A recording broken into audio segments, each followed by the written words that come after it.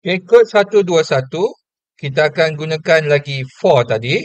Cuma kali ni kita akan tambah satu function dipanggil function range. Okay, dan function range ni biasanya digunakan bersama for lah. Dia biasanya digunakan bersama for.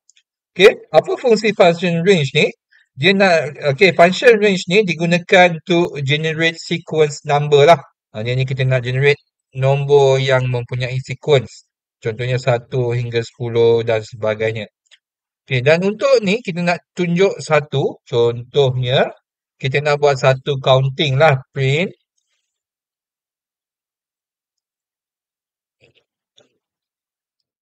Kita nak counting.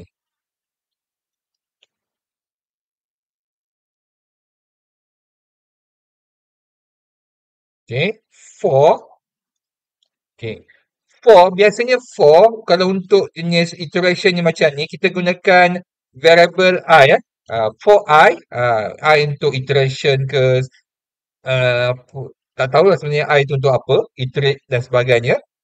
I ni sebagai satu nombor lah untuk kita iterate. Jadi bila kita tengok for I ni, biasanya digunakan untuk iteration in range. Okay. Untuk function range ni, kita perlu ada 3 variable, bukan 3 variable, 3 parameters yang perlu diisi dalam dia punya kurungan ni. Okay.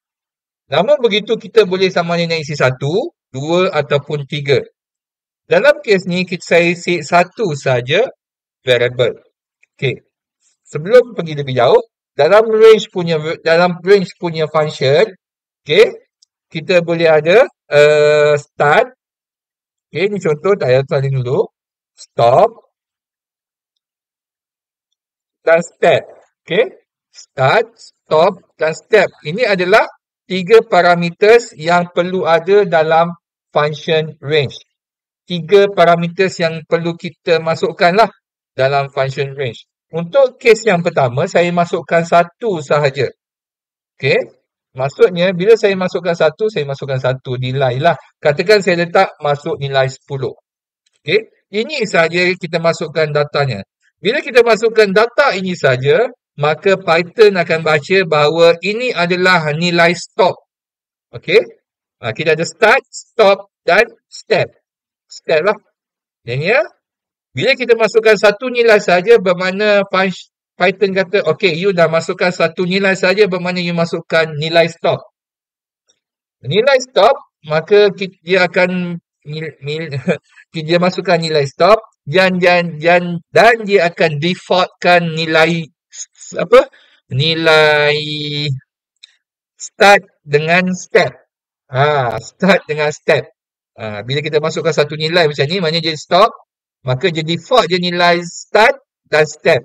Untuk nilai default start, dia akan mula daripada 0 dan step dia akan 1. Maka kita akan print I. Maka dia akan print I. Kita tengok dulu. Okey, jadi dia akan print 0, 1, 2, 3, 4, 5, 6, 7, 8, 9. Okey, daripada sini juga kita boleh faham bahawa nilai stop 10 ni tidak termasuk. Jadi dia sampai 9, nombor 10 dah stop. Okey, tak payah buat apa-apa. Dia timba nombor 10 je kata, okey dah sampai nombor 10, kita tak payah print. Okey. Jadi for I in range 10, jadi bermula nilai 0, 0. Okey, kita print 0. 1, 2, 3. Bila nombor 9, dia titik tambah 1. Tambah 1 dia kata, oh, ni 10, kita tak payah print dah. Jadi kalau nak print sampai nombor 10, kita ubahlah. Dia akan jadi, dia punya nilai stop dia adalah 11. Okey. Katakan kita nak mulakan daripada sesuatu nombor, maka kita boleh set nilai nombor yang pertama lah. Okey, nombor pertama contohnya nombor 1 hingga 11. Kalau kita run ya, maka dia akan count daripada 1 hingga 10. Sebab bila kita letak 2 parameter sahaja, Python akan tahu parameter pertama adalah nilai start, parameter kedua adalah nilai stop. tetapi tak ada step, maka step kita pakai default sama dengan 1. Okey, dia akan naik 1, 1, 1. Tak semestinya mula nombor 1, nombor 6 pun boleh. Ini dia akan mula daripada nombor 6 hingga nombor 10. Okey, dia tak akan print nombor 11. Ini boleh gunakan 1, 2 ataupun 3 parameters dalam kita punya range. Contoh ni, tadi ada 2, ni kembali kepada 1 parameters. Okey, dia print dalam keadaan menegak lah. Kalau kita nak print dia dalam keadaan melintang, maka kita gunakan end statement ni lah. End sama dengan ada space. Jadi kita run dia akan print dalam counting melintang gitu. Boleh, tak ada masalah. Mana-mana ikut kesukaan lah. Ikut kesukaan. Nak print menegak boleh. Nak print melintang pun boleh. Okay. Itu adalah kod 121. Next. Kita sambung juga dalam kod 121. Kita nak tengok dalam tadi kita saya tunjuk balik hari ni. Kita copy balik.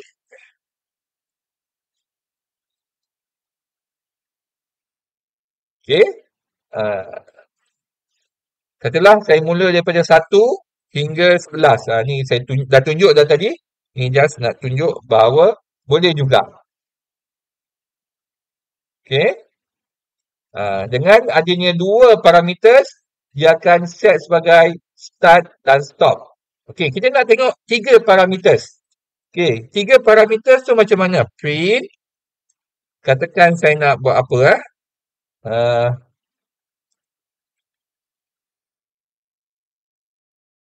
Counting jugalah.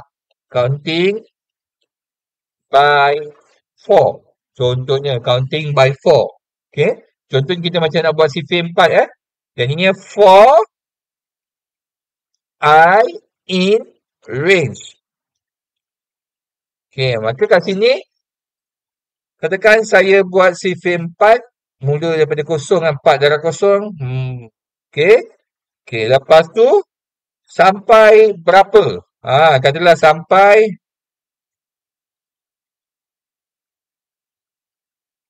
okay. Katalah 12. 12 darab 4, 48.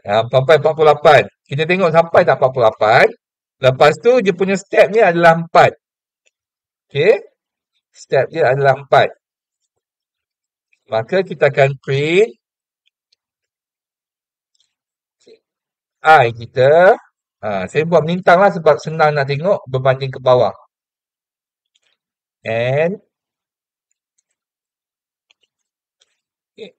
Jadi apa yang saya buat kat sini? For I in range bermula daripada 0 hingga 48. Tidak termasuk 48. Sehingga 48 lah. Tidak termasuk 48. Dia akan naik sebanyak 4. Kita panggil janjang. Janjang. Okay. Run. Kita dapati bahawa 0, 4, 8, 12 sampai 44. Padahal kalau 12 darab 4, 48. Jadinya dia tidak termasuk 48. Jadi bagaimana nak masukkan 48? Kita tukar je masuk kat sini jadi 49. Okay. Dia jadilah 48. Sekiranya kita tukar ini jadi nombor 1. Jadi nombor 1 daripada berbanding 0. Bila kita run, dia akan mula daripada 1. Okay. 1 tambah 4, 5 tambah 4, 9. Dia adalah sejenis janjang lah. Bukan sifir. Okay. Okay. Ini adalah counting up. Bagaimana pula kalau kita nak buat countdown? Countdown. Okay. Kita nak buat countdown pula. Kita akan print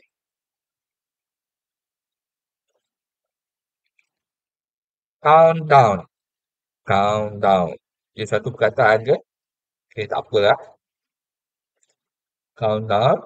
Ini for I in range. Macam biasa, kita ada 3 parameters. Okay, bila countdown ni, maknanya kita nak nombor besar kepada nombor kecil. Okay, katakan saya pilih nombor 10.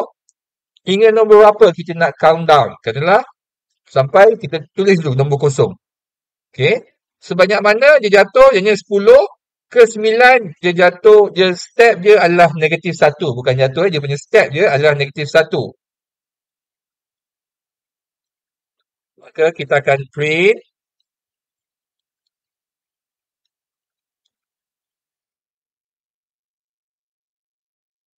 I.